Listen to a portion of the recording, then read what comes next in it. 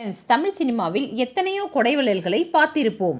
ஆனால் நிறைய பேருக்கு தெரியாத மாபெரும் கொடைவள்ளலாக இருந்தவர் நடிகர் திலகம் சிவாஜி கணேசன். இவர் எப்படிப்பட்ட நிலையில் எந்த மாதிரியான உதவிகளை வழங்கியிருக்கிறார் என்று இவரை பற்றி ஒரு ஆராய்ச்சி நூலே வெளிவந்திருக்கிறது. பாகிஸ்தான் போருக்காக தன்னிடம் இருந்த 100 பவுண்ட் எடையுள்ள பேனாவை கொடையாக கொடுத்திருக்கிறாராம். அது மட்டுமில்லாமல் தன்னிடம் இருந்த 450 பவுண்ட் நகையை தானமாக வழங்கியிருக்கிறார். தன்னுடைய கடைசி காலங்களில் யானையையும் தானமாக வழங்கியிருக்கிறார். மேலும் ஒரு யானை பாகன் எனக்கும் என் யானைக்கும் சாப்பிட வழியில்லை என்று சிவாஜியிடம் சொல்லியிருக்கிறார். அதற்கு சிவாஜி 2 ஏக்கர் நிலத்தை கொடுத்து அந்த யானை பாகனிடம் இதில் விவசாயம் பார்த்துக்கொள், மேலும் யானைக்கும் ஏதாவது சாப்பாடு போடு என்று பட்டா செய்து கொடுத்த நிலத்தை வழங்கியிருக்கிறார்.